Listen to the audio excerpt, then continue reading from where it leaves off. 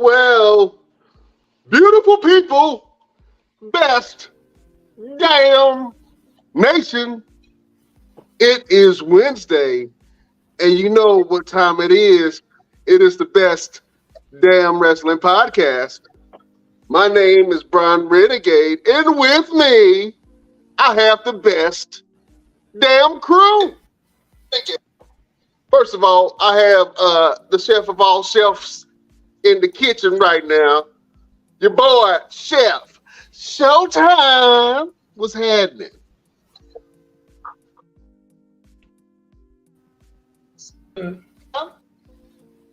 All right. How you doing? What's happening, my brother? Oh, man. This man does everything. He is everything. His name is Mr. Everything, Victor Andrews. Yo, best damn nation. What's going on? My apologies for not being able to show you guys my beautiful face at the moment, but I'm still at work. And as you guys know, these monkeys don't stop no show. So let's get it going. I dig, my brother. Oh, man. He is the Renaissance man. He is the entrepreneur of entrepreneurs, the genie of the best damn wrestling podcast, the dawn of the best damn wrestling podcast. LP is in the building. What's going on? How's everybody doing? Oh, man. Blessed and highly favored, as the old folks would say. We are the best damn wrestling podcast.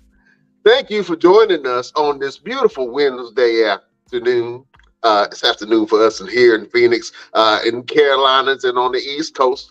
I believe it is 6 o'clock. You could be anywhere in the world, but you're right here watching you boys, and we appreciate that. Showing us some love. We talk wrestling, we talk entertainment, we talk sports, we talk life, and of course, we crack jokes on each other, man. You know what I'm saying? It is what it is. We have fun here on the show. Thank you for joining us. Fellas, let me go around the board real quick. Looks like we're having some technical issues this afternoon, but it's okay. Mr. Everything, what's going on with you, my friend? Man, nothing much. I do got a little announcement. I don't know if I should announce it now or wait till later. No, I might make y'all just wait for a little bit. It's a pretty good announcement, so I'm gonna let y'all wait till the end of the show. Oh man, you always good at making them squirm. You are always making them squirm, man. Special announcement from Mr. Everything at the end of the show. Beautiful people. LPZ back in the studio. RCZ, what's happening, my brother? All right, man. Same old, man. They're trying to make a little bit of bread to eat at night. I know that's right, man. How did the shoot go last time? It came out good. She was happy with the work, so that's all that matters. That's all that matters. I know that's right. All right, keep on putting out great content, my friend. Fashion show update. Still going April 23rd. You know, all the information on my IG as always. He's still rolling. All right. The Renaissance man is putting on the Renaissance show. It's gonna be dope. If you're in the Carolinas, go check it out. LP always puts on one hell of a show. Tell them about Welcome to Wakanda, the last show that you put on. That was a show that was based on the second one was based on what possibly could happen in Black Panther, and the first Wakanda show was kind of loosely based on Black Panther.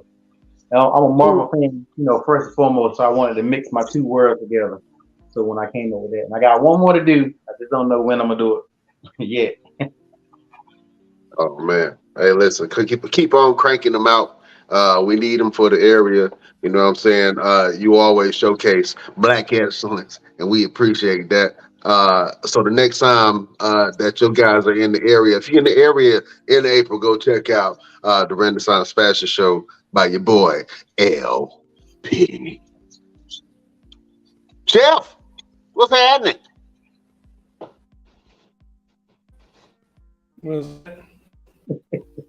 He's Boy, just chilling. Man, we got to get rid of that dial-up internet, Jack. You know what I'm saying? that dial-up be killing us. We got to get Verizon. You know what I'm saying? I got cops be killing me. I'm around the mountain. I can't never get no reception. Oh man. So fellas, you know what it is, man. We gotta talk wrestling. And of course, it is my favorite segment of all. You know, we gotta do it each and every Wednesday. Beautiful people, prepare yourself. Hot topics. Listen, first of all, I want to see what you guys thought about SmackDown. Let's go SmackDown on Friday. To me, it wasn't a whole lot that actually went down on Friday, but there was something that I do want to talk about, and it was the face-to-face, the final face-to-face between Cody Rhodes and the Tribal Chief Roman Reigns. I thought it was very interesting. Cody and Roman Reigns has history even behind the scenes. And for those who don't know, Roman Reigns was trained by Cody's daddy. You know what I'm saying? The great Dusty Rhodes. The segment was great. I want to get your thoughts on it.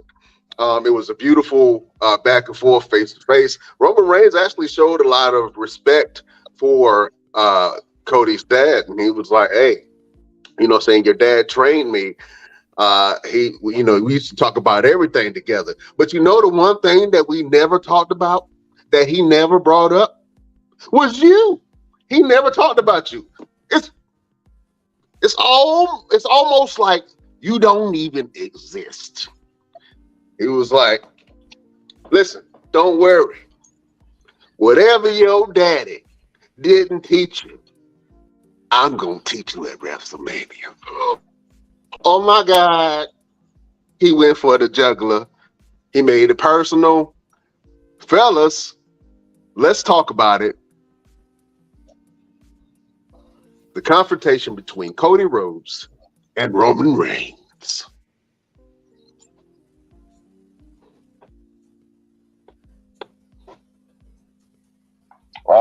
So pretty much, it was a pretty good segment. The thing with promos and building up a high caliber match like a main event for WrestleMania has to have some type of realism in it.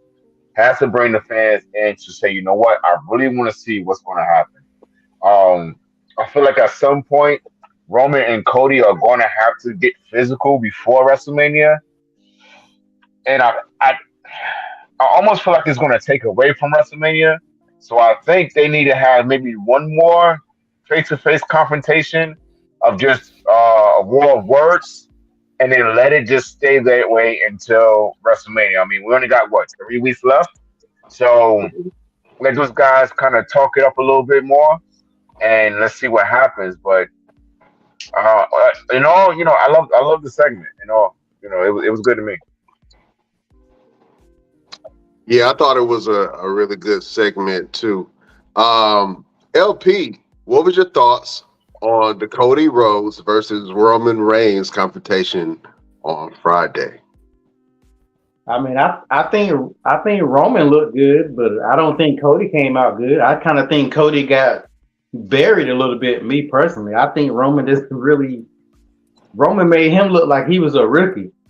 To be honest, the way he just sat there and took it. It reminded me, I don't know if you guys remember Rocky IV, when Rocky had a street fight with Tommy Gunn, and the manager was like, "Fight back, you bum! Fight back!"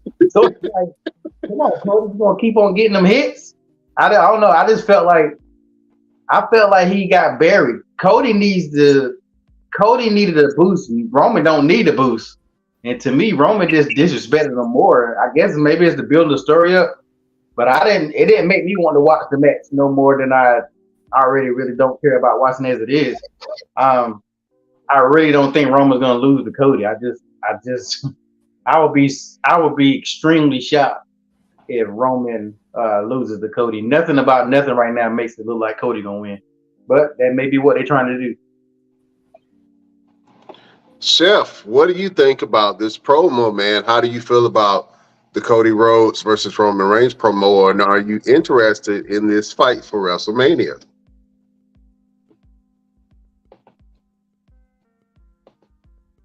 I guess he left. And Chef has left the building.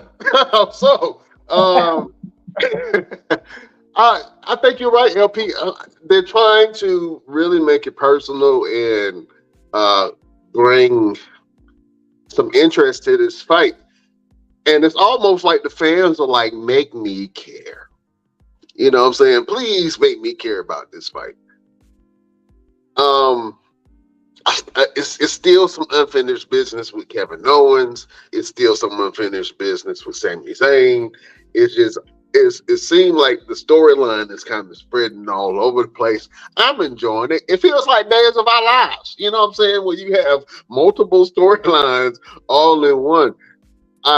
I'm enjoying it, but I'm really trying to see how they're going to end this thing. LP, do you have any insight? How do you feel they're going to end this whole Cody Rhodes versus Roman Reigns versus Sami Zayn kind of thing we saw on Monday? And I don't want to kind of get ahead of myself, but we saw on Monday Cody Rhodes came to Sami Zayn's aid. So how do you feel about it right now?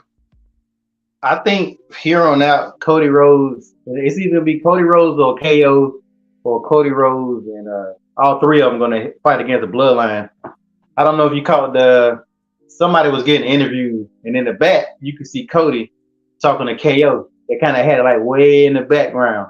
So, I mean, he got to have some kind of help. He can't fight Roman, straight up. There's just no way that's going to happen. So, I think that the WWE has written themselves in the corner. They had a great storyline going with the whole Sami thing, but then Cody got better. So then they threw Cody in there, and I think it's lost all over again. Like the TV show Lost. They did so much, but now they like, how the hell are we gonna get out of this situation? Because even if Cody wins, what's next for Cody? Like, is Roman gonna try to get the belt back? Is Roman gonna still stick around?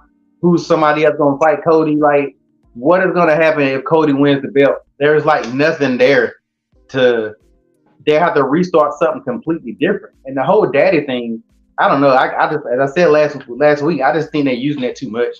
I think they need something else other than, damn well Dusty Rhodes talked about Cody. So, they making it look good, but damn well Dusty Rhodes loved both of his kids. Now that man loved both of his kids. So good and well he talked about. I don't see him not talking about the better son, because he is better than his brother. I hate to bust anybody's bubble, but Cody's always been better than Dusty. Cody's always been better than Goldust. Yes. Yes. Dusty Rhodes. Really? Yes. If you really want to keep it up. You were not a Goldust fan, sir? I like Goldust. It was funny. Hell, I thought, what was his name? Stardust or whatever Cody was doing after that. But yeah, Goldust was not better than Dashing Cody Rhodes.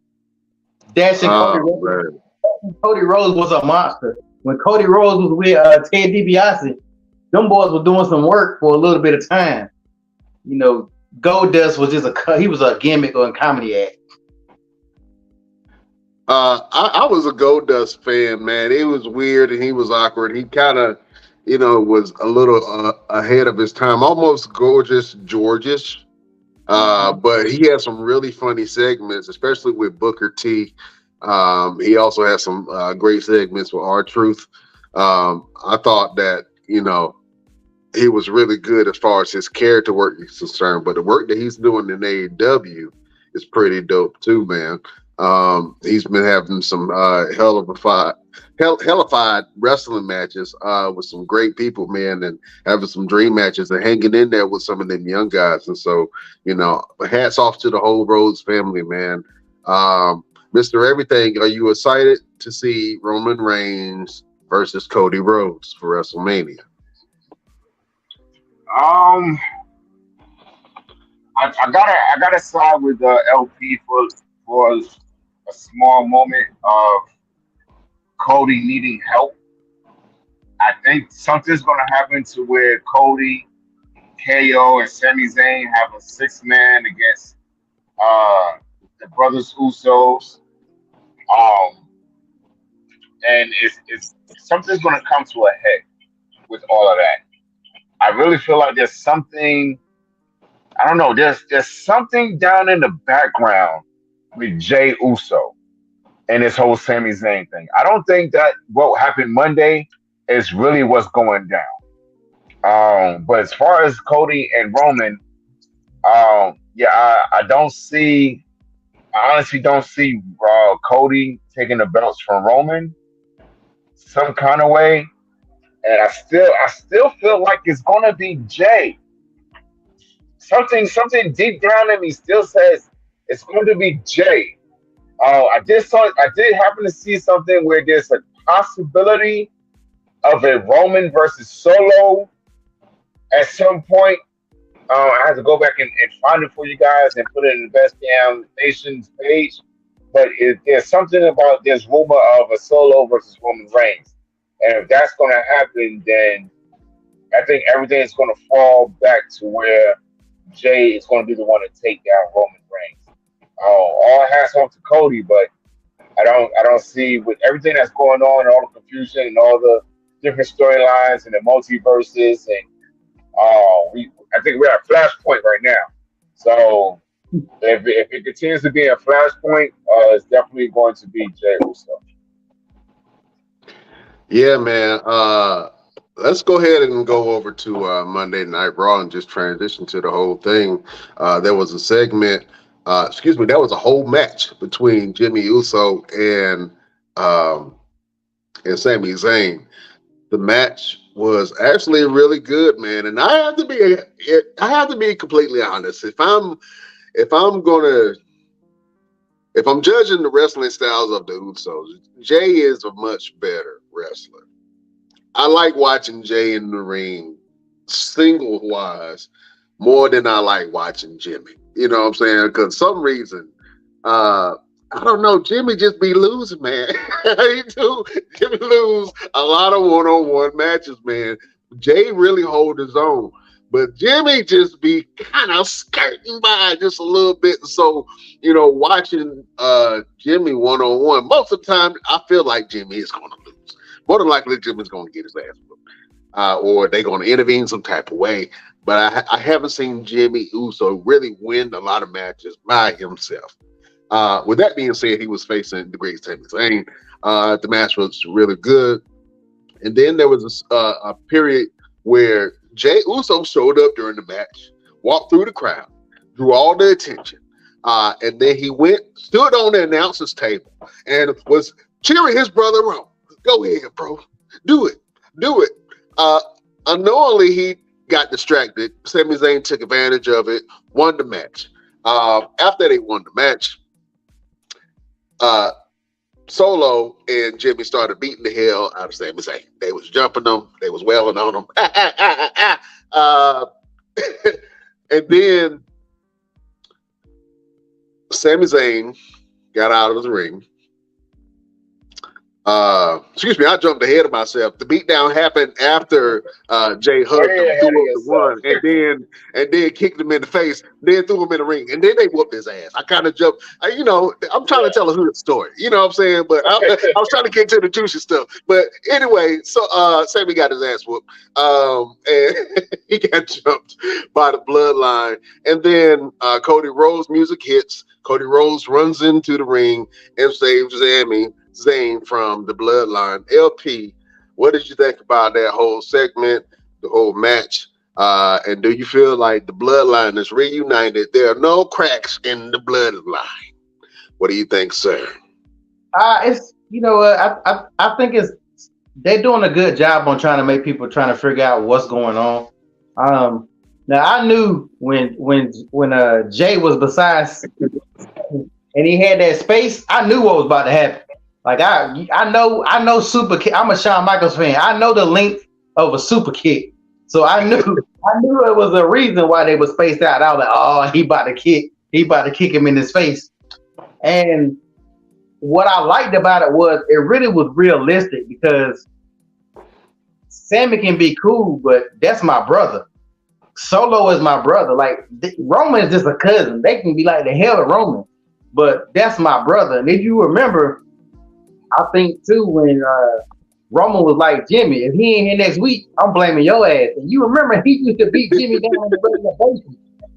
Jay only joined the bloodline because of Jimmy. It seems like people forget why the bloodline got started.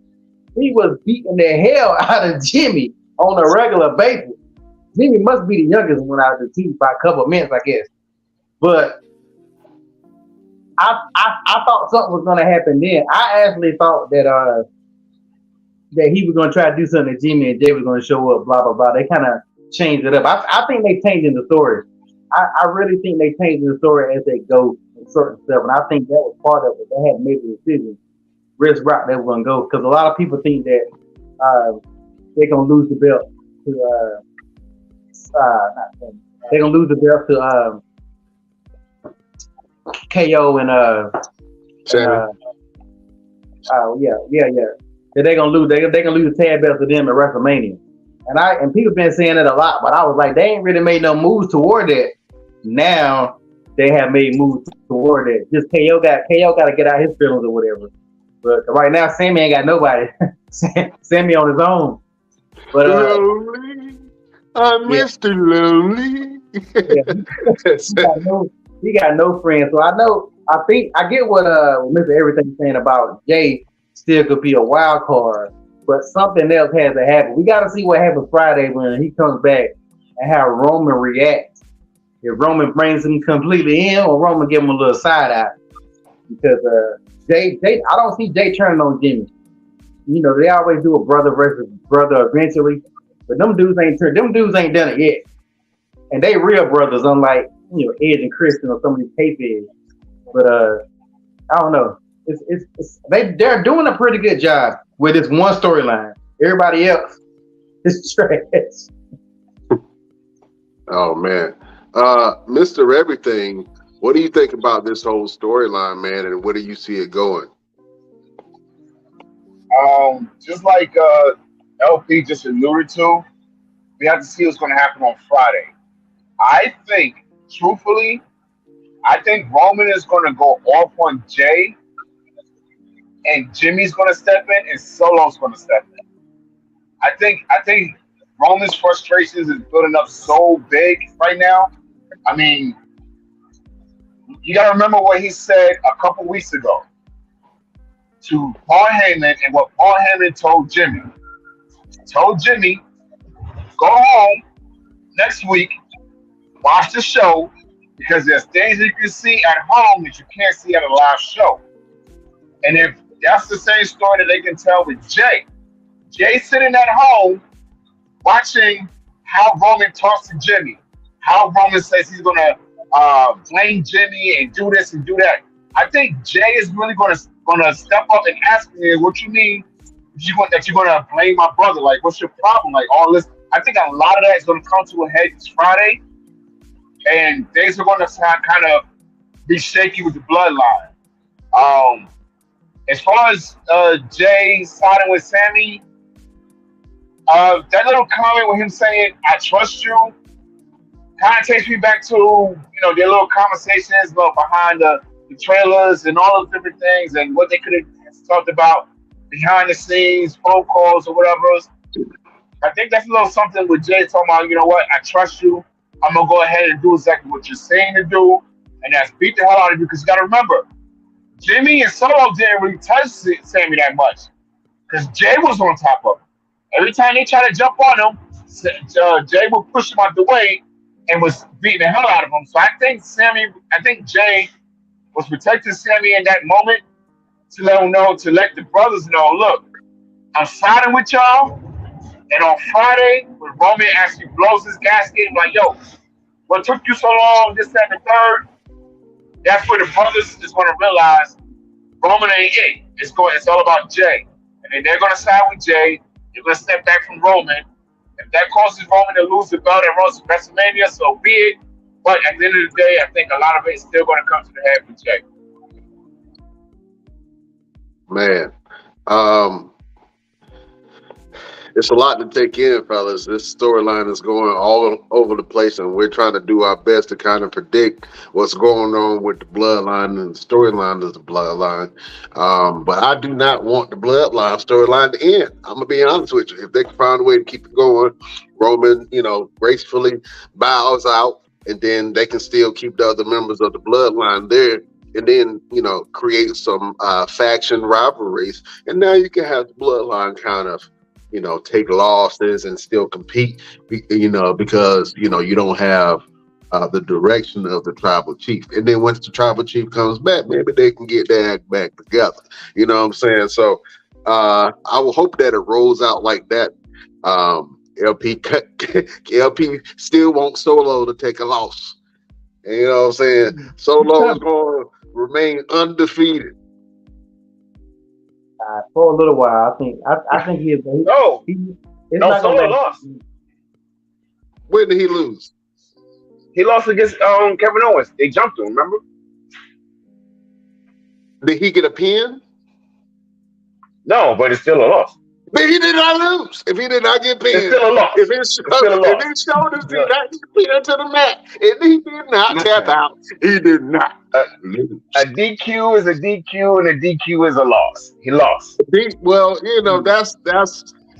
that's not a real loss. You know what I'm saying? He can debate that every day of the week. I've never been pinned. I've never tapped out.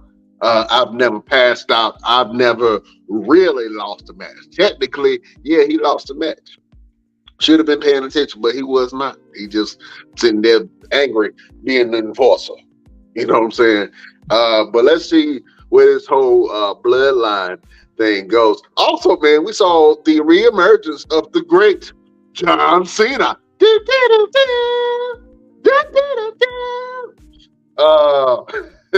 John Cena came back. He didn't even have enough time to address his hometown fans of Boston, Massachusetts, before Austin Theory's music hit and he came down the ring. We all knew what this was. Austin Theory has been talking about challenging the great John Cena for some time now, and now he kind of laid out the challenge. But this challenge did not come without a few spankings, because John Cena spanked that ass on the microphone. Oh my God, it was horrible. It was like the Django. You know what I'm saying? He was whipping them bad. You know what I'm saying? I'm talking about an abuela with a chancla whooping that ass. John Cena was telling Austin Theory, hey man, you are not ready for this. You are not ready for the spotlight. You want to challenge me, the great one, at WrestleMania, the biggest stage of them all. If you lose, you lost to me. John Cena, if you win, you still don't win. You know what I'm saying? And he pretty much dissected this man in the ring. He did not know what to do. Whenever John Cena has these interactions with certain people, man, either they step up and really prove themselves, or they don't. The same thing happened with Roman Reigns and John Cena when John Cena confronted Roman Reigns. And Roman Reigns had to step up his game, or he was going to get destroyed in the ring or on the microphone. LP, what did you think about the whole John Cena and Austin Theory interaction? And do you think John Cena was true with what he was saying, that Austin Theory is not ready for the big shot? I don't like seeing the guys get buried like that, especially when they. To me, I'm not an Austin Theory fan anyway. Y'all been on that guy. I ain't never thought he was that guy anyway. That's Vince's boy. But but John Cena didn't have to. John Cena's at the point where he don't got to bury people like that. People weren't burying his ass like that when he was trying to come up. So I don't necessarily like the. You can give him a little. You can give him a little hit here and there, but damn, you ain't got to do him like that. Dude already got the worst cash in history. Like so much, he already got so many things wrong with his character, with the directions they're doing. That he didn't need to do it. He needs to win that match. I don't know how he talking about if you win the match, you still lose. Now if he win, he win. If John Cena definitely needs to let him get over, because if he doesn't beat John Cena, he needs to go back to NXT or go to AEW or go somewhere. But he don't need to stay at WWE because it's just gonna be pointless. What would be the point of crushing the guy? I mean, Austin Theory is not that guy though. He just isn't. He wasn't before. He isn't now. I don't know what they can. I think Austin Theory needed a stable. He needs a faction. Like him by himself, he's trash. Like he needs to find retribution and try to put them back together or something. But he needs a Judgment Day. Yeah, like even when the Miz used to have the two boys with him, Curtis Axel and Bo Dallas. Like, that made the Miz better, and that gave them a little bit of something to do. Like if Austin Theory puts together a 2-guy group with him, 2 young guys, he can really do something. But like by himself, he just ain't got the juice. Like like if you really pay attention, even if he keeps the belt, what is he gonna do? Because he's not really doing anything with it. If he loses the belt, what is he gonna do with it? So yeah, they need to rebrand him into something, but he needs a faction. He needs a faction bad. Like bad. I think that is the only thing that can save him is a faction. I'm gonna agree with you on this, man, and I really think that he would benefit from joining the Judgment Day. And he really does need somebody. I was going to say like a mentor or something like that, but he doesn't. He needs some other young guys that he can get together and they can run ruckshot over Raw. He needs somebody that can kind of protect his image and that he can bounce off of. I thought that him, Seth Rollins, and The Miz, they did a house show together, and I'm like, man, they were good as a faction. They would be really annoying, very entertaining as a faction, and they have some all first ballot Hall of Famers in The Miz and then Seth Rollins, man, but they never did, they never kind of went in that direction. Speaking of The Miz, man, The Miz is now hosting WrestleMania. I love The Miz. I think The Miz is entertaining. Hollywood, it just fits. I was trying to figure out what The Miz was going to do for WrestleMania season, and he kind of wiggled his way into a hosting job, man. To be honest with you, I would rather see The Miz than, just a random celebrity, man. Mr. Everything, what do you think about The Miz hosting WrestleMania? I guess he just needed something to do. Truthfully, there's no real excitement about him being a host of WrestleMania. Yeah, I really don't care. To be honest, I don't really care about The Miz hosting WrestleMania, because unless he's going to go out there and start hosting and call somebody out and end up having a match, it really does nothing for The Miz. Like, he's just, at this point, he's just collecting a check. And like, yeah, I don't care. I'm sorry. I don't care about The Miz hosting WrestleMania. Like, he would be better off hosting NXT's pay-per-view on that Friday. And like, do we really need a host for WrestleMania? Do we? Do we really need a host? You don't. Who was the host last year? Titus O'Neil and Ho Hogan. Hulk Hogan. Hulk Was it Hogan. him? Yeah, Yeah, it was Titus O'Neil and Hulk Hogan, wasn't it? Yeah, yeah. no, and they booed Hogan. They booed it. Yeah, they booed him. Yeah. They should have booed him out the building. But only thing they do is introduce this. They introduce the show. That's it. That's it. Yeah. So Titus didn't want to be around him. He didn't want to do it. He just did it because it's WrestleMania and it's a big check. yeah, they didn't. They But didn't need to have a black person standing beside him. the only thing I can see Miz end up doing, you crazy. The only thing I see Miz end up doing is getting involved in Seth Rollins and Logan Paul's thing. But even still, that's nothing for the Miz because Well, let's you lost to Logan Paul. You got beat up by Logan Paul. Why would you be? Why are you involved in that situation? Makes no sense. let's go ahead and talk about that, man. There was an interaction on Monday Night Raw where Seth Rollins came out to the ring while the Miz, he was having his Miz TV inside the ring. He invited Seth Rollins and Logan Paul. Seth Rollins came out. Everybody in that arena sung Seth Rollins' song. It was deafening, and they did it throughout the whole entire segment. That goes to show you how popular Seth Rollins is as a wrestler. When you have the Miz and you have Logan Paul, international megastar, as people will refer to him as. I see your face, selfie. An international megastar, call the boy what he is. You know what I'm saying? He came into the ring, and then Seth Rollins was like, let me introduce myself. We haven't formally introduced ourselves. I am a revolutionary. I am a visionary. I am Seth freaking Rollins. And he was like, I know who you are. You're the guy's head that I stomped last week. They had a very colorful banter. Logan Paul was pretty much saying that you're jealous of me because I did everything that you wanted to do in a shorter amount of time. I am a premium prime act, and I do this better than you do. That stung a little bit for Seth Rollins.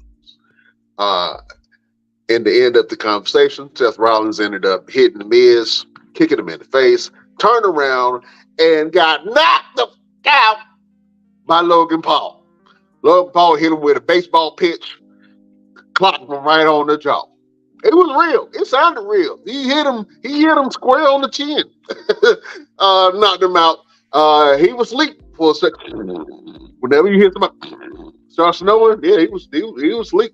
His face was flushed to the ground. I don't know how you just fall. He had a Family Guy fall. Arm was behind his back. Seth Rollins, he was asleep for a second, man. What did you think about that punch? Do you think that punch would be a factor in this whole thing? Let me go to the combat expert of the group, Mr. Everything. Do you think Logan Paul's punch will be a factor in the Seth Rollins versus Logan Paul fight? Man, like we always say, it only takes one lucky punch. However, Seth Rollins is a visionary. He's an architect. He is the man of man. I don't really see Seth Rollins allowing that to happen. Seth Rollins is always 10 steps ahead of everyone, so like I said, it's going to have to take somebody to get involved for Logan Paul to land that one lucky punch. But I'm actually really interested in seeing this match because these are two, I guess we can call them both high flyers. I guess we can call Logan Paul a high flyer, all the stuff he's done off the top rope, things like that. So it's gonna be interesting. But yeah, I don't really see him landing that punch without somebody getting involved in some kind of way. Oh man, I think you might be right. I'm interested in kind of seeing this fight, man. Let's go over to the Best Damn Nation, man. We got some comments. Let's read some of these comments from the fans. We got some Hey Guys. Um, Mama Everything. She on the line. Mama on the line. What's happening, Mama Everything? She up here talking about Hey Son. You know what I'm saying? Talking to her boy. You know what I mean? Showing love. Also, hold on. Let me make an acknowledgement. We got a comment from Charlene Guthrie. Ladies in the house, happy. I say happy. Sorry. Happy International Women's Day, Queens. You know what? I think that's appropriate. We love women here. I was brought into this world by a woman. You know what I'm saying? I have a beautiful queen myself. Shout out to you. Happy International Women's Day. And all of the fellas here at the Best Damn Wrestling Podcast would like to wish all of the women of the world happy International Women's Day. Keep on inspiring everybody and staying strong. To all the ladies of the world, thank you for supporting us men who need support. Happy International Women's Day. Fellas, let's see for love. What do you guys have to say for International Women's Day? Let me go LPZ. You got anybody special you want to shout out? Oh man, I shout out every woman that's out there because you change lives every day. Every single woman out there changes somebody's lives. First of all, like you said, y'all start life for everybody. Unless we were created in the lab somewhere, you start everybody off. And without a strong woman, nobody would be where the person they are now. Without a strong mama, without a strong sister, without a strong wife, etc. Women play a part in everybody's life.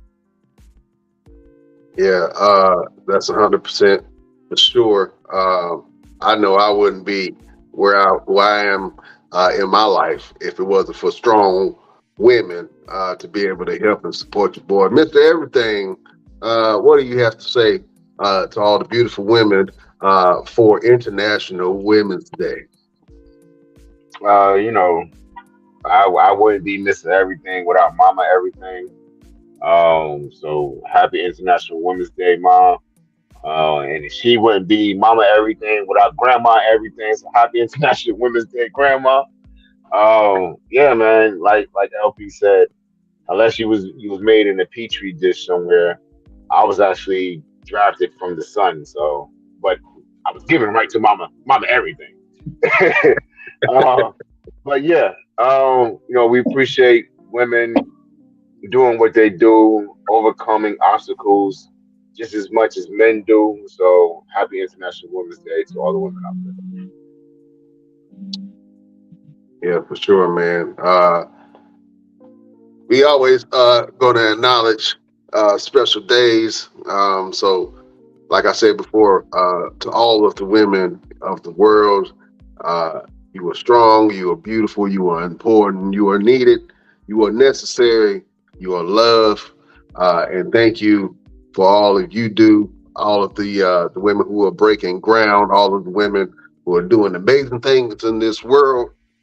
We salute you. And that goes, into the women wrestlers too. The women wrestlers have been doing a phenomenal job, entertaining, doing things better than a lot of men. You know what I'm saying? And so I love watching women wrestling. I support women's wrestling. We here, the Best Damn Wrestling Podcast, support women's wrestling. Fellas, we've been seeing a lot of legends come back, and Lita and Trish. Since it's International Women's Day, let's round it off real quick. Who is your favorite women's wrestler? Let me go, LP. My favorite women's wrestler of all time? Of all time. I'll probably say... I got you. Of all time and current. Or do two. Okay, well, current, I'm gonna go ahead and go with my girl Bianca. Let's keep it a buck. Strong, black, beautiful woman out there, number one, the number one wrestler right now. I gotta give her props. Old school, I probably gotta say Medusa. Like I gotta go way back. That was one of the females that I actually thought put on good matches back in the days. Versus, I didn't really see her in no Brian panties and no stuff like that back in WCW. She used to really put on, some good matches. So I think those would be my. All right, cool. That's a solid two right there. It's a solid two, Mister Everything. Oh man, who are your favorite women's wrestlers one of all time and one current? Current, truthfully, it's a toss up between Bianca Belair and Asuka. Honestly, for me, because they're two dynamics in the way they carry themselves in the ring is just phenomenal. And then all time will have to be China. She opened up a lot of doors and she pioneered a lot of different things for the women's division, whether people want to recognize it or not. I mean, she was the one who won the Intercontinental Championship. She wrestled men, she wrestled women. So she kind of really opened up the doors for women, when she was around. So those would be my three right now. Yeah, man. Let's see. My two favorite current wrestler is Charlotte Flair, of course, the Queen. And favorite women's wrestler of all time, Charlotte Flair. What you talking about? What you thought I was gonna say? Somebody else? Charlotte Flair is the greatest women's champion of all time. Yeah. Shame this man. Shame this man. Shame. Put that in your pipe and smoke it. Shame. Charlotte Flair is the greatest of all time. Jack, don't get it twisted. Honorable mentions, Jacqueline. I used to love watching Jacqueline. You also mentioned China. China, yeah, she really broke a lot of barriers. I'm gonna say one that's a little controversial, and I know LP gonna look at me sideways, Nia Jax. What? You're not for real, right? You're not for real, right? Hey man, don't y'all be hating on Nia Jax, man. Nia Jax. Nia Jax was a former women's champion. She also a former tag team women's champion. And she fought in the men's Royal Rumble. I am so shocked that you would say Nia Jax and you wouldn't say Sensational Sherry, or you wouldn't say, hell, I would say the damn Moolah or Mae Young. Like, where your old school Charlotte Flair? Okay, all right.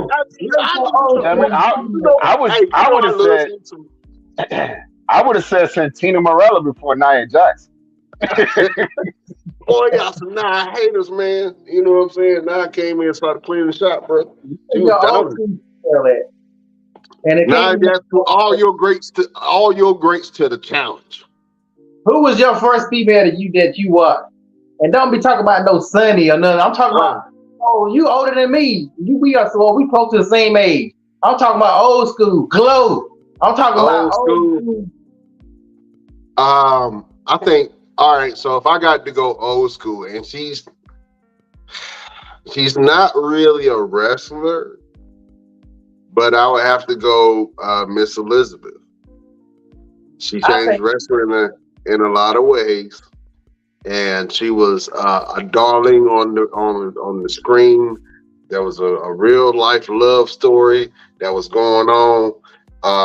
So Ms. Elizabeth made you care about relationships in wrestling. Now, I will say, in-ring performer, I grew up really loving let me see. I was about to say China, but I got to go a little bit further back than China. Man, I go Mae Young. And the Great Moolah. I used to pay attention to the Great Moolah. Sherry. Yeah, you gotta have Sherry.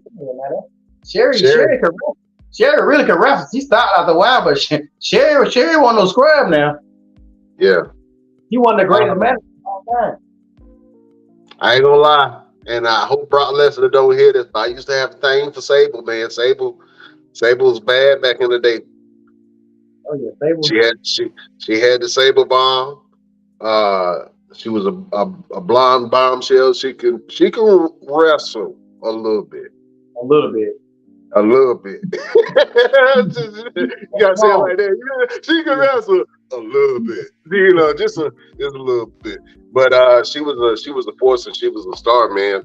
I used to watch a lot of people, man, but a lot of those Jazz too, man. Jazz was a monster, and Jazz was ahead of her time. I think that if Jazz came out now, she would really be dominant. And she was the Bianca back then. You know what I'm saying? They were scared of Jazz. They were really scared of Jazz. They did not talk about Jazz real quick, LP.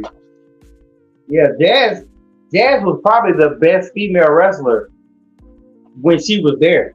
Like, even when they used to try to make it look like she was struggling against people like Trish, that was fake and everybody knew it. Like, she really could have been the Brock Lesnar of female wrestlers. Like, there was nobody that really could stop her. Like, and she really was good. I wonder what happened to her. I haven't really seen her if she kept doing anything or whatever. She gave it up.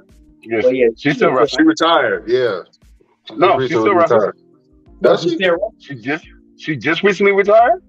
I thought she retired like a couple months ago. Like, she hung it up, had a last match in Impact, I believe. Unless she just decided to come back.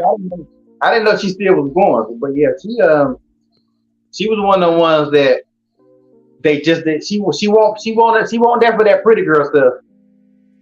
She was there to fight, and that's why I think she didn't get where she could have been, because at that time it was all about Brian panties and puppies and all that good stuff we grew up with, or seeing women get beat down. But I don't know if y'all remember when that 2-man power trip beat Lita down. Stone Cold beat the hell out of Lita. Like, go back and watch it. Like, they used to beat the hell out of women, man. Like, god dang, I really want to ask Stone Cold, like, bro, do you feel bad about that? Like, he threw Lita off the stage. Like, they used to punish the women, but they couldn't punish Jazz. I just saw a video of Rosie, and what was the other guy named? Rosie Jamal. And Jamal. Huh? Rosie and Jamal. Yeah, Rosie and Jamal beat the hell out of Mae Young. Mae Young was 80 years old. Both of these men are well over 6 feet tall, 300 pounds. One of them picked Mae Young up and slammed her. And then Rosie got his big ass up on the top rope. Mind you, this man is 300 pounds. And he did a splash on this 80-year-old woman. Me watching that, I was conflicted. I was like, oh man, she dead. She dead. All of her internal organs are pancaked. Because this 300-pound man just jumped off the top of the rope and pancaked this old ass lady. Why? Who signed off on this? She was a beast. She did. She would always tell them, yo, treat me like the guys. You better not give me no sissy type of things. Like, treat me like one of the guys. And that's why they did all the things they did, because she would always sign up for it. It was her idea. Even with the Bubba Ray powerbombing her through the off the entrance.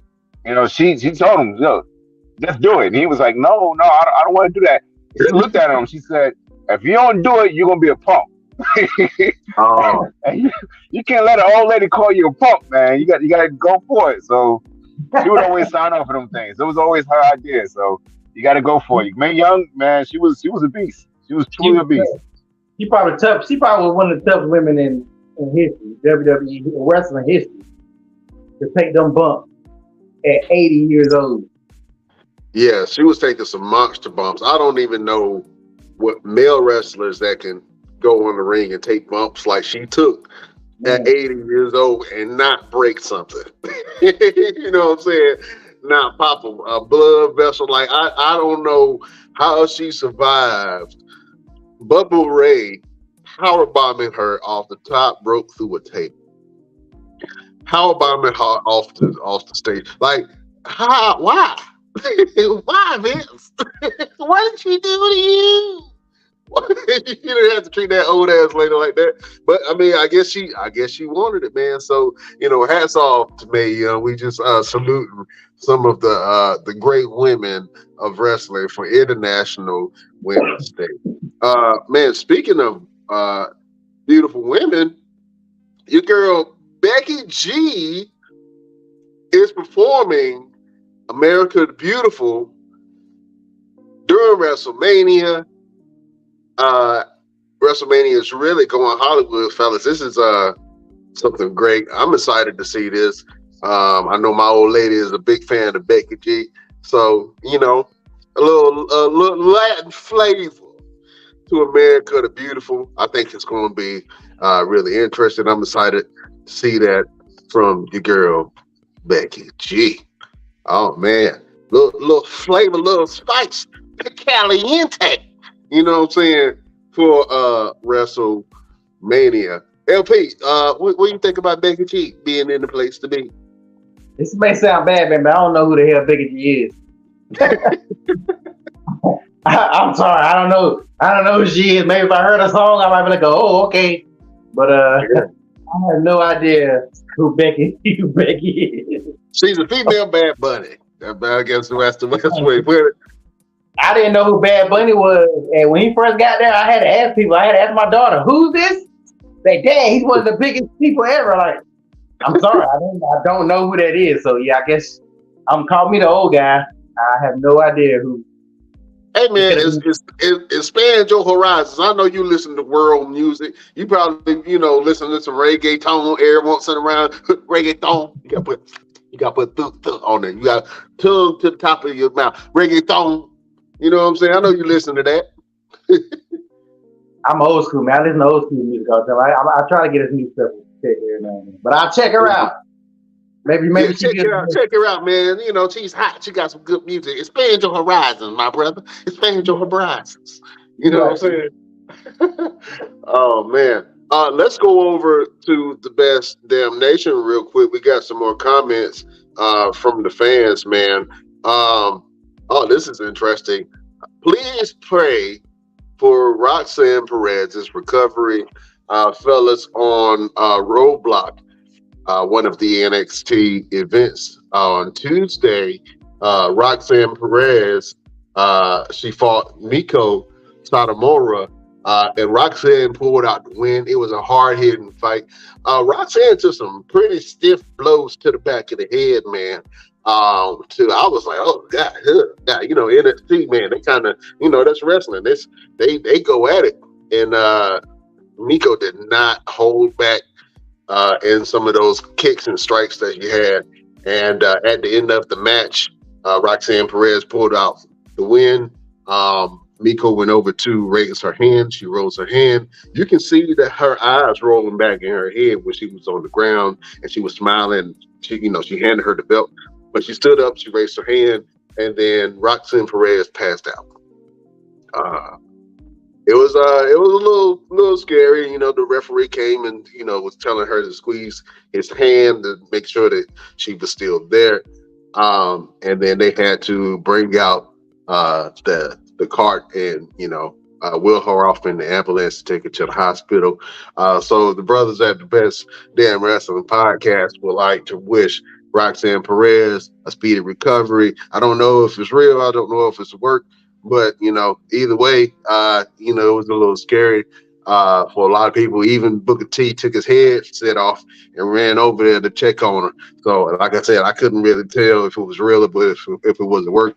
But I know she took some shots to the back of the head. So, Roxanne Perez, we wish you a speedy recovery, my sister. Sticking with NXT real quick, there was a face-to-face between Grayson Waller and HBK. Man, HBK came in, they played this music, the fans were hot. It's like he never left, man. And, Grayson Waller was saying a lot of things to HBK to kind of get under his skin. He was trying to goat him into having a match, one last final match. And HBK got in his face. He was like, hey, look, kid, I got a long list of people that want to have their dream match against me, and you ain't no different. And so he was like, but I know somebody that has a lot more, that hates you a lot more than I do. The music hits. Your boy, Johnny Gargano, Johnny Wrestling, comes back to NXT. If you guys remember, or if you don't remember, Grayson Waller was the one who sent Johnny Gargano on his way. The way that he did it was kind of messed up, and so the fans been hating them and booing them ever since. But Johnny Wrestling has returned home to NXT. Mr. Everything, what do you think about Johnny Wrestling coming back home to the product of NXT for a match against Grayson Waller? Well, let's be honest. They didn't really have anything for him on the main roster at the moment. So him going back to NXT is pretty good. However, what do you do? What does that do for him after the fact? If he beats Grayson Waller, does he stay there in NXT and continue doing some stuff, or does he go back to the main roster and does nothing? Or if he loses to Waller, does he stay in NXT and does nothing, or go back to the main roster and does nothing? So that's the only issue with a lot of these guys. They're moving up to the main roster and they're going back to NXT. It's like, okay, what does it do for them in the long run? Look at Dolph Ziggler. Dolph Ziggler went back to NXT. Yes, he won the NXT title, but after he lost it, he went back to the main roster and does nothing. So we have to look at things for the long run for a lot of these guys who make these transitions back and forth. Does it bring a little bit more star power to NXT? Yeah. Does NXT need it? No, not really. Waller really doesn't need anybody of the caliber of Johnny Gargano to really push his star power at the moment, because the way he's shooting at all the legends gives eyes on him anyway. So it's going to be interesting to see what exactly happens with all of this between Gargano and Mr. Mouth of the South of NXT.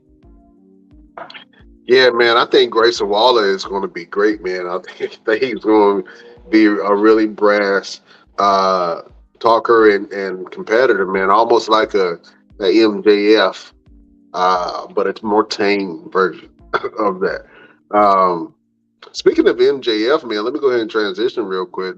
People are calling his latest match against Daniel Bryan an instant classic.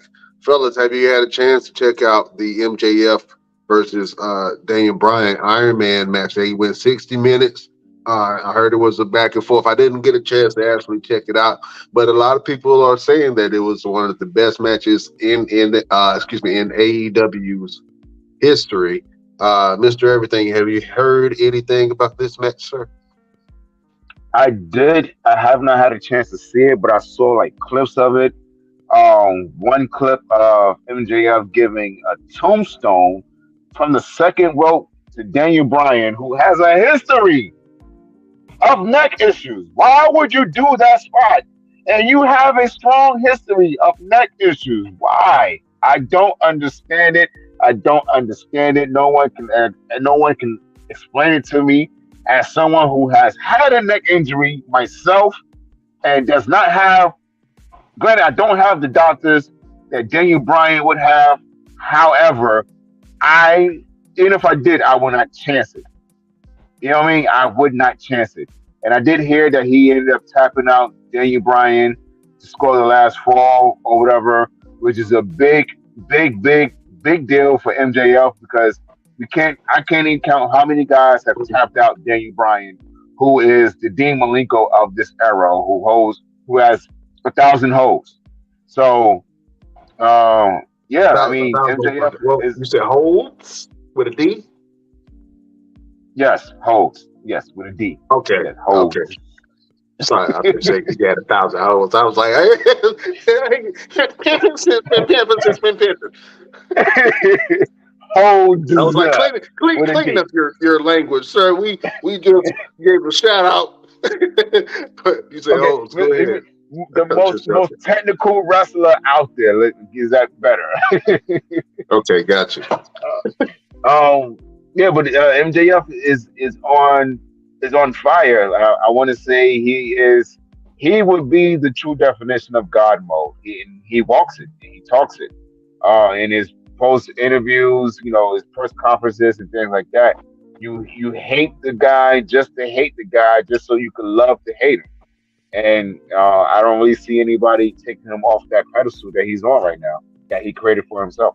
So hats off to those two gentlemen. But Daniel Bryan, no more risky business. Just sit down for a little bit. Yeah, man.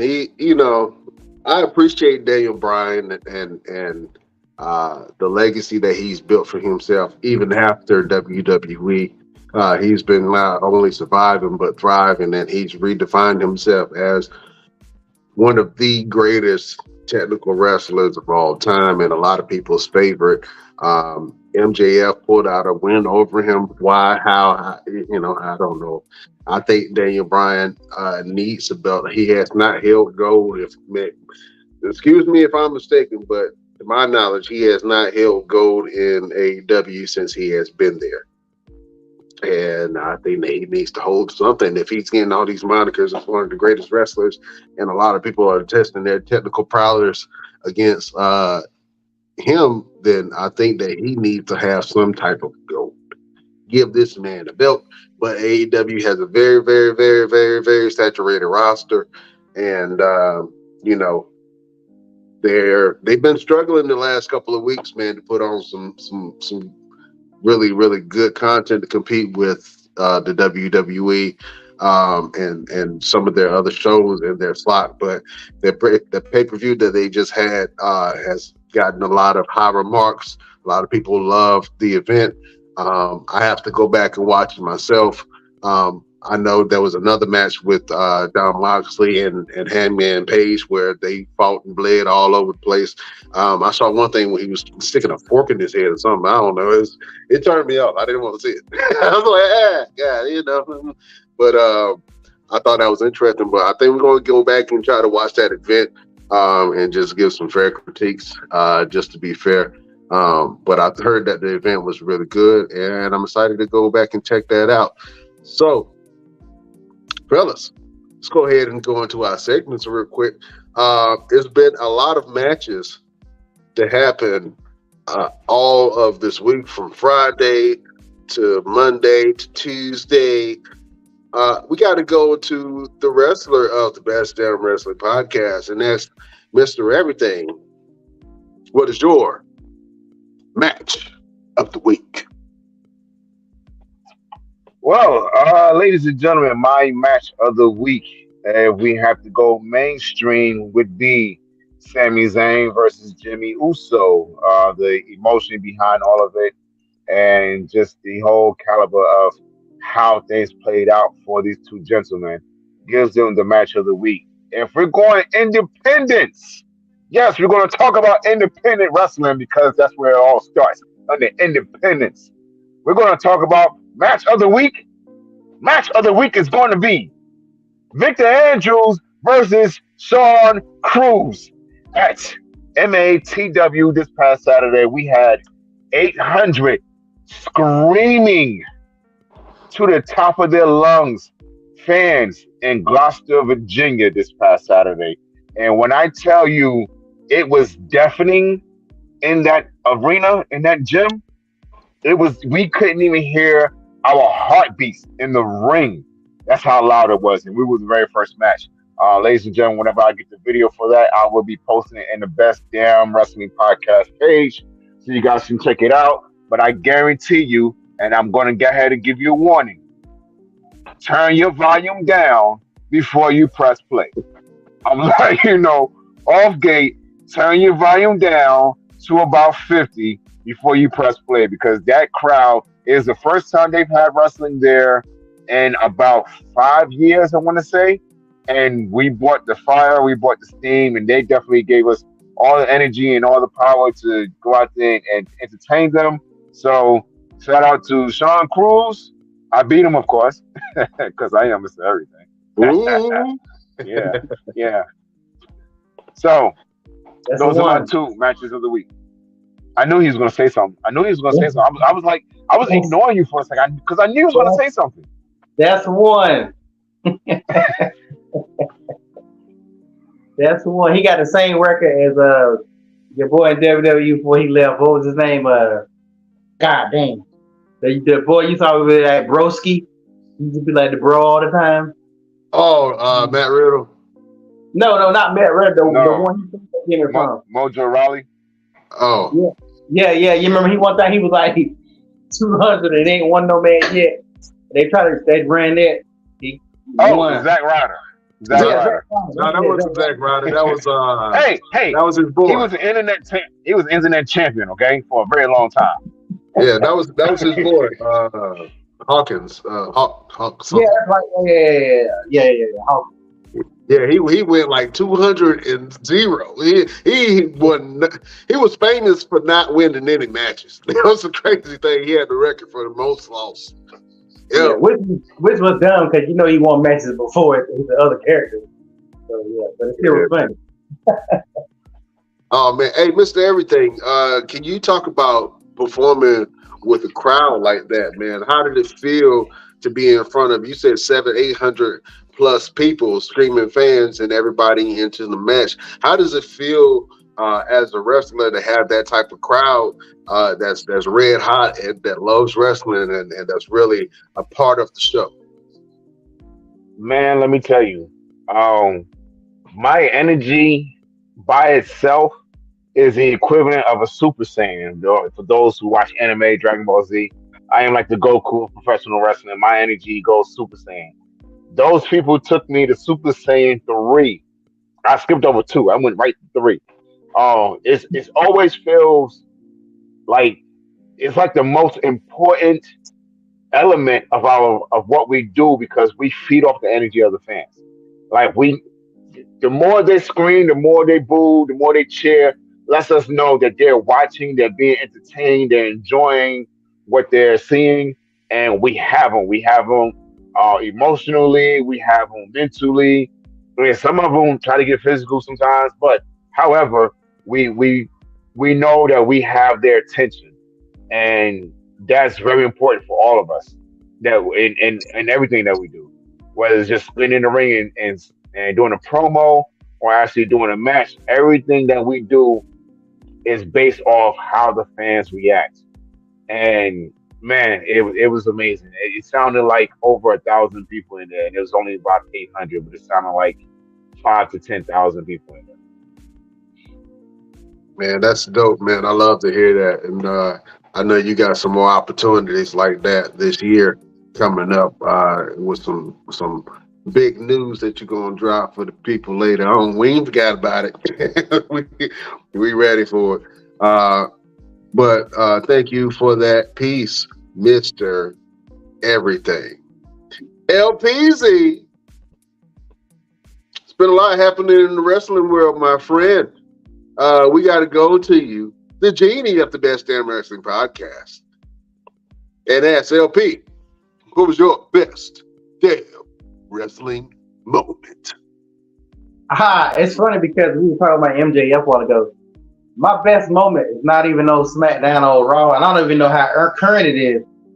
When I think it happened at their recent match where MJF was walking around the crowd and he took a cup from a mom's that a mother had, and he threw the water in her son's face. It was a little kid. He had to be like 4 or 5. He took it and just threw it and just walked off.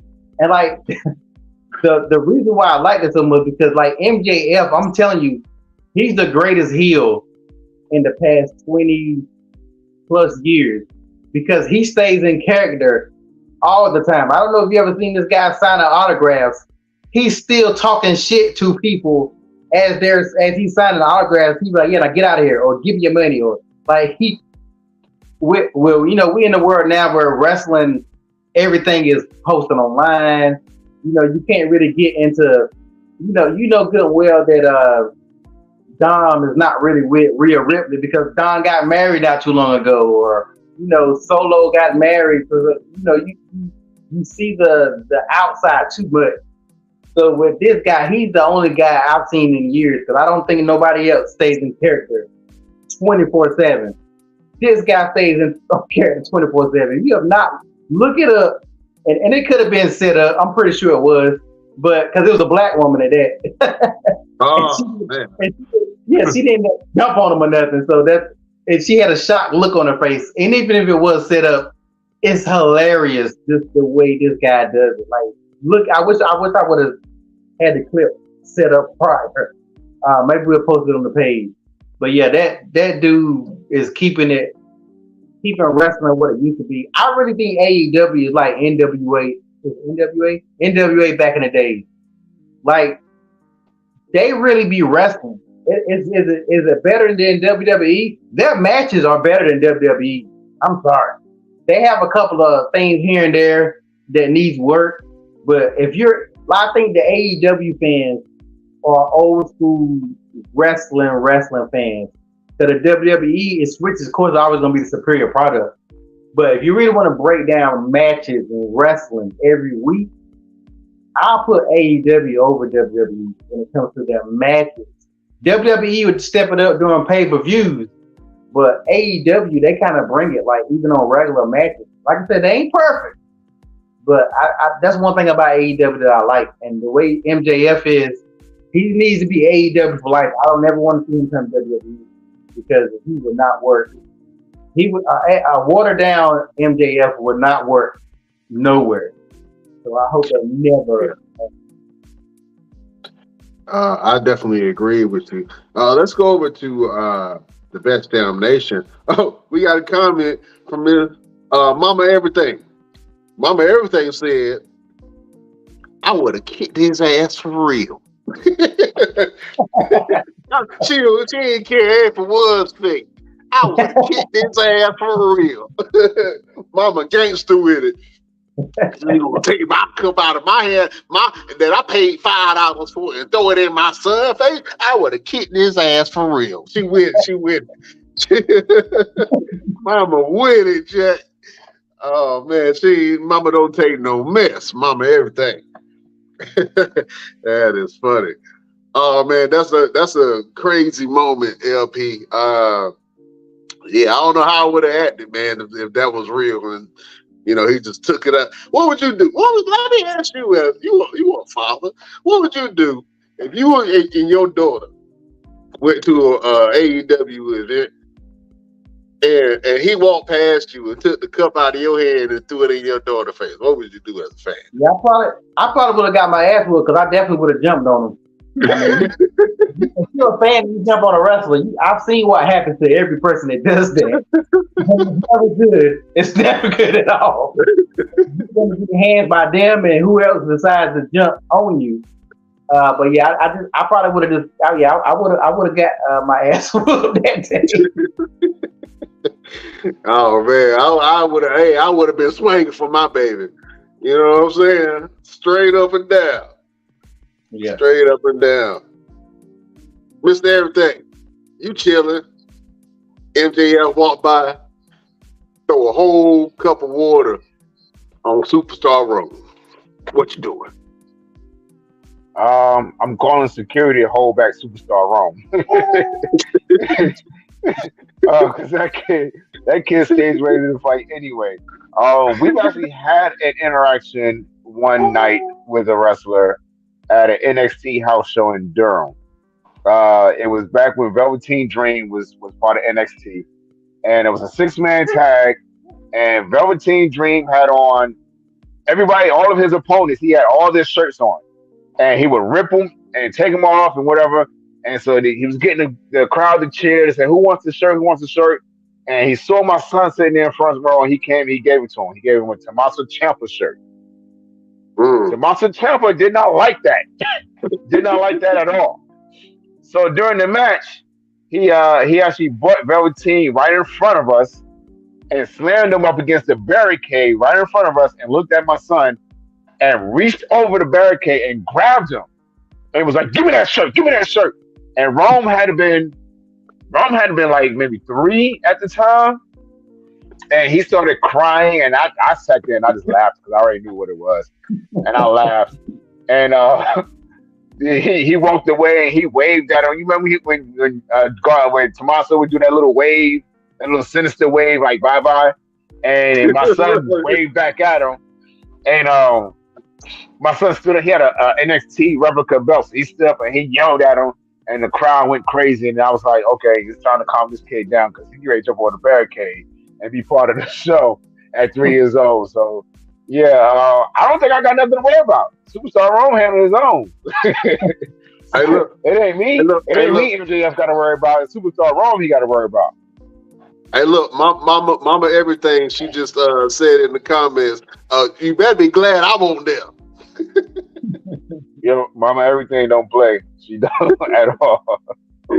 He better be glad I was not there. Mama, everything would have been put in boot asses. Oh man, that's great. Well, fellas, it has been one hell of a show. Thank you for joining me, my friends. Let's go around the table. And I know we did it at the beginning of the show, but let the beautiful people know where to find you and what you got going on. Mr. Everything. All right, so breaking news, ladies and gentlemen, breaking news. This past weekend, I was all over the place. I was in Memphis, Tennessee on Friday. I was in Gloucester, Virginia on Saturday, and I was in Chuckey, Tennessee on Sunday. Saturday, of course, you guys know it was the wrestling show for the Gloucester High School. Then Sunday, I was at School of Morton. You can go to School of Morton on YouTube, School of Morton 505, to check out one of the matches from this past Sunday. And my next match will be aired on this Sunday. However, Friday was a big moment. Friday was a big tryout in front of Gabe Sapolsky. Gabe Sapolsky, for those who don't know, he started Ring of Honor, he started Evolve, he started Dragon Gate, he worked for ECW, and he is currently the recruiting guy for WWE. Your boy went out there and got busy. He remembered me from a couple of seminars I've done and tryouts I've done from Evolve. And one of his stories that he told during the seminar was when Sami Zayn and Kevin Owens first came to Ring of Honor, he turned them away. And they left and they went and improved themselves. And then they came back and then he hired them. And what he said to me was, I remember you from before the pandemic. You have improved so much. I'm impressed. Today I received an email. Ladies and gentlemen, there's a good chance you will be seeing me on your WWE or NXT TV somewhere in the near future. Just got to get some paperwork, physical and blood work done. As an extra, not assigned talent yet. Not yet. But everything is possible. That's my motto. Everything is possible. So be on the lookout. Make sure you watch the product. Keep up with the best damn wrestling podcast. And we will keep you guys updated and see what could possibly happen in 2023 for Mr. Everything. Oh man, fresh off the press. That's hot news. Congratulations, Mr. Everything. Clap, claps, and tap, taps all around, sir. Clap, claps, and tap, taps, and snap. There you go, boy. There you go. That's my boy. That's what we're talking about. LP, you gonna be watching NXT now? A little bit more closely, huh? Yeah, I'm reason to now because I ain't got no reason to. Oh man! Congratulations, Mr. Everything, man. We want to see where that evolves, man. And I know you happy just to even have the opportunity to be able to do that, man. So That's great, my brother. You know, we here, the brothers at the Best Damn Wrestling Podcast. We've been supporting you the whole entire way, Jack. So congratulations, my friend. I appreciate it. Appreciate it. All right. Oh man, LPZ, what you got going on, and where can the people find you? You should have let him go last. Who the hell gonna follow all of that shit after he just I'm in the studio, follow me on my Instagram, one click when time he shoots. I mean, hell, I can't say shit after he just said I'm about to possibly be on some contract. And then you come an LP with you. What the hell I got? I'm sitting in the studio. Well, man, you got next time somebody got big news, let them go last. all right. I didn't know he was gonna drop it right then. But anyway, you got big stuff coming on, man. Tell people about your fashion show, brother. Oh yeah, you know I got a fashion show, Renaissance, April 23rd, Durham Armory. Like I said, as always, everything on my Instagram. Just follow me on my Instagram. I'm stalking Beyonce all week. If you look on my Instagram, you'll see what I'm doing. I'm gonna keep on stalking her the next couple of weeks. Just click on those videos and watch it. Try to keep stalking her. Maybe she'll show up. Did I have some big news? Oh man, you can always get a Beyonce lookalike. You know what I'm saying? Yeah, but I want the real B. You want the real B? Yeah. Oh man, I know that's right. We're putting out a petition for Beyonce to be at the Renaissance Fashion Show with the great LPZ. You know what I'm saying? Perform one show. Or if you a Beyonce lookalike, or if you got a Beyonce show wig that you can throw on real quick, holla at LP. You know what I'm saying? For that.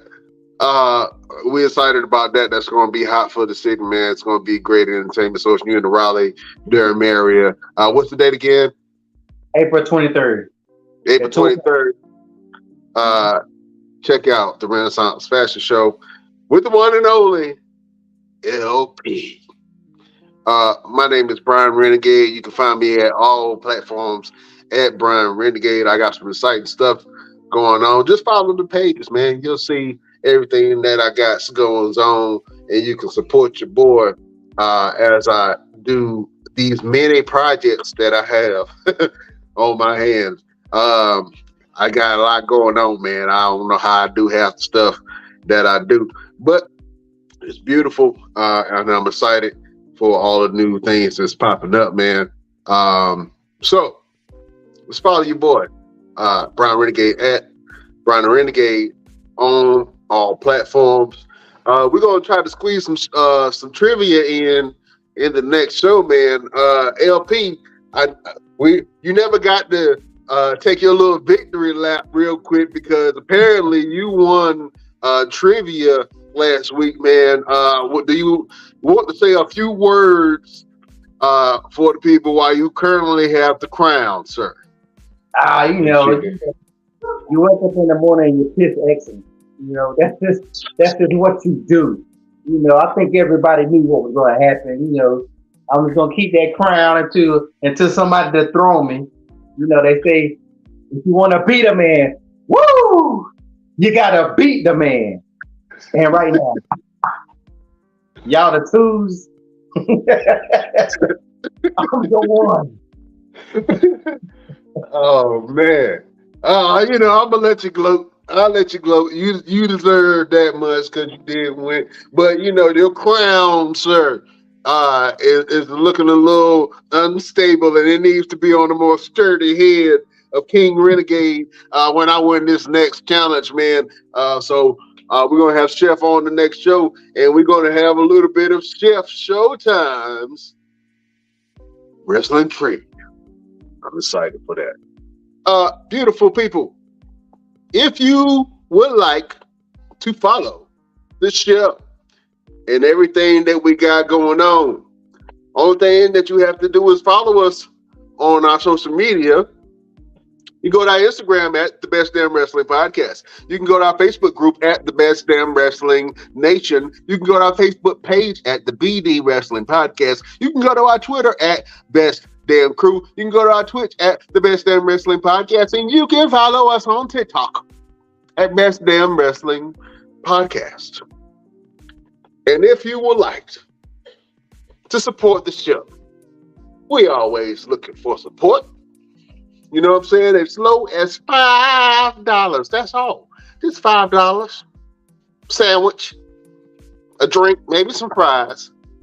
You can go to our Patreon, www.patreon.com/the Best Damn Wrestling Podcast, and support your boys. We got cups, we got mugs, we got shirts, we got hoodies, we got all kind of paraphernalia for you to be able to get on our monthly subscription, so you can go and support your boys and support our growth at the Best Damn Wrestling Podcast. Just go to our Patreon, www.patreon.com/the Best Damn Wrestling Podcast, and continue to support the show and tell people about your boys, man. Let them know that we exist, that we here. We on all platforms, everywhere that you listen to your podcast. You can listen to the Best Damn Wrestling Podcast. If you're on Amazon Music, you can listen to us. If you're on Audible, you can listen to us. If you're on Twitter, Twitch, YouTube, Facebook, any of those platforms, you can listen to us. If you on Twitcher, you can listen to us. Is it Twitcher? Twizzler? Anyway, all platforms you can listen to the Best Damn Wrestling Podcast. Wherever you get your podcast. Support your boys. We on every platform. We got some big stuff going zones. We got some interviews that we plan on having. And if it's anybody that you would like to see your boys interview here at the Best Damn Wrestling Podcast, just tag our show and show them the Best Damn Wrestling Podcast, and we can have them on and we can interview them, and it will be a lot more interesting than any other show. You know why? Because this is the Best Damn Wrestling Podcast. Simple and plain as that. Fellas, let me go around the room real quick. Let's inspire people. Let's leave a final word for the beautiful people.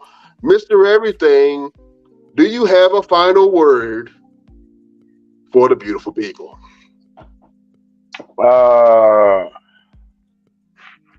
Final word. Go to LP first. I need a second to figure it out.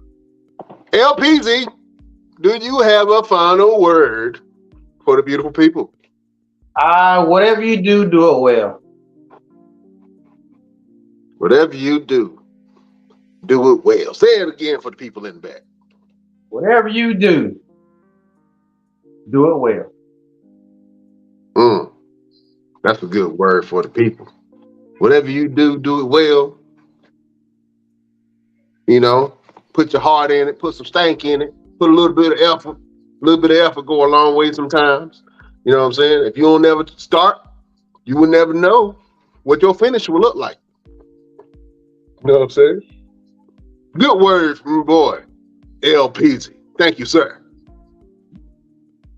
Mr. Everything, going back to you, sir. You told us to skip you, come back to you. We back around the bend. Do you have a beautiful word for the beautiful people? Yes, I got 2 rules for you. Rule number 1, put God first.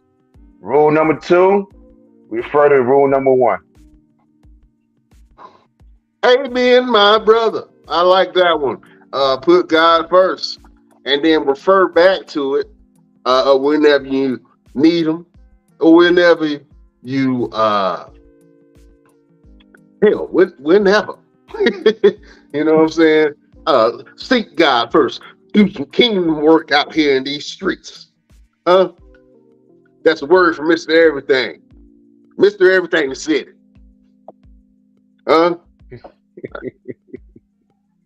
Yeah, I like that.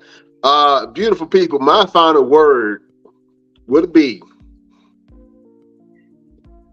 there's always any kind of situation that you can run into. Only thing that you can really control is your energy and your reaction behind it. So I'm going to leave you with this word. When you see the bigger picture, you become the bigger person. Whatever you got going on, I don't care what it is. If somebody is challenging you, somebody want to fight you, bill collectors calling, they getting on your nerves, about to cut somebody out. Baby mama getting on your nerves. You trying to get some loan from the bank and somebody blocking. You know what I'm saying? If it's an obstacle in your way, just think about different ways that you can approach it, different ways that you can attack it, and be strategic. But whenever you are faced with adversity, if you see the bigger picture, you have to be the bigger person because you have a lot more on the line that requires your attention, that requires your energy, and that requires your focus. Beautiful people, best damn nation. Thank you for watching us again, fellas. It is always an honor and a pleasure. You sirs are both gentlemen and scholars. We will see you next week on the next Best Damn Wrestling Podcast. Fellas, I will see you guys next week. Beautiful people, we bid you adieu.